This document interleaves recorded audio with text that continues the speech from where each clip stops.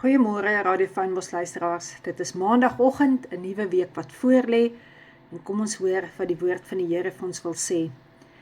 2 Samuel 6 vers 6 tot 7. En toe hulle by die dorsvloer van Nagom kom, het Ussa sy hand uitgesteek na die ark van God en het vasgehou, want die osse het gestruikel. En daarop het die toorn van die Here teen Ussa ontvlam. God het hom daar getref oor die vergryp, sodat hy daar by die ark van God gesterf het. Die Israeliet Ussa het sy lewe hier verloor, toe hy op 'n ander manier die ark wou stit, as wat God se voorskrifte was.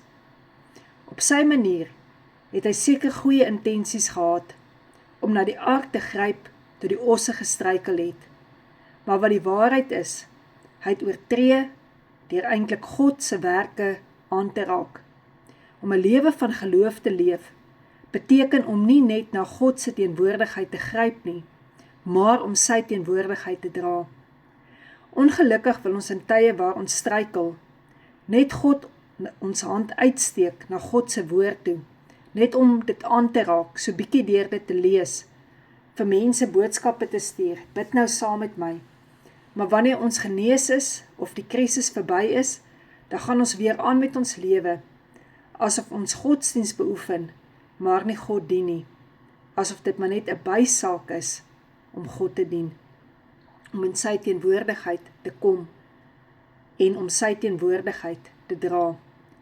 Hoeveel keer sê ons nie, ons het gebid, en ons het nou die saak by God gelos nie, maar wanneer die situasie nie na ons wense uitdraai nie, vat ons dit maar weer in ons eie hande terug.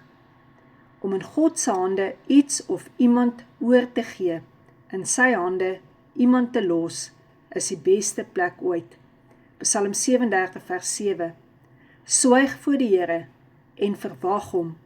Wees nie toornig op wat voorspoedig is in sy weg nie, op die man wat listige planne uitvoer nie.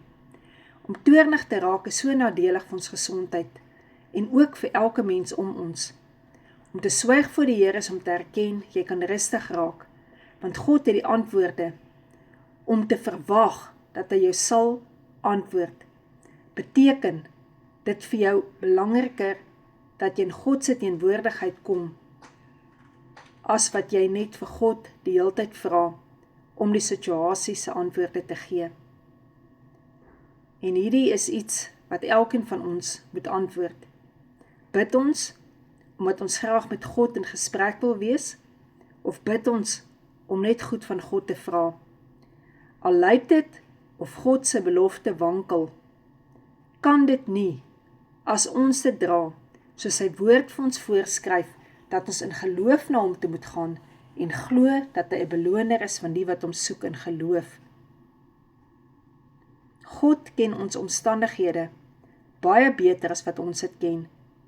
Hy het geweet wat gaan gebeur nog lank voor dit gebeur het.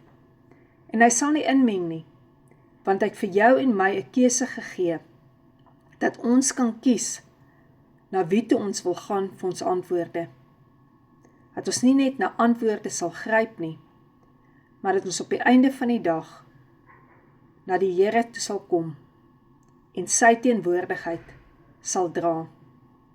Daar is soms niks so goddelik, as 'n kind van God, wat alles in God se hande los, dat God dit doen, en dat ons nie God se werk vir hom probeer doen nie, dat ons dit in sy wil sal los om te geskied. Jesus, baie dankie vir u bloed, wat ons vanoggend kan drink. U bloed wat vir ons gestort is, dat ons kan aangeraak word deur die wonderbare krag wat daar in u bloed is.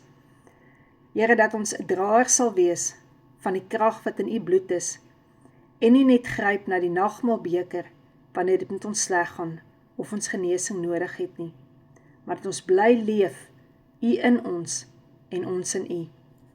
Dankie Jesus, vir u liggaam wat vir ons gebreek is. Here, dankie dat ons dit vanoggend kan inneem, en Here, dat ons nie net daarna gryp nie, maar dat ons 'n draer wil wees, want deur u wonde, Here, is ons genees. 'n draer kan raak van die genesing van u wonde. Amen.